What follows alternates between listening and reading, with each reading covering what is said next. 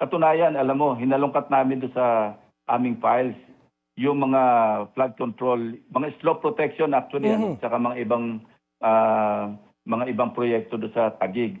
Ang kanyang insertion sa 2025 budget pa lamang, 6.79 billion pesos. Aha. 2025 gaa pa lang ito, record ito. Kaya hindi niya ma-address eh.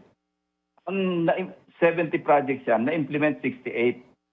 At yung dalawang proyekto na hindi na-implement, matter of record, nasa around 70 to 75 million lamang yon. Aha. Ang ibig sabihin, na-implement yan 6.715 billion. Now, may kausap kami mga kontraktor na nagsasabing hindi siya bumababa sa 25%. Hindi galing sa akin yan. Yan yung amin dinedevelop ngayon. Na pagka nag-resume yung hearing ng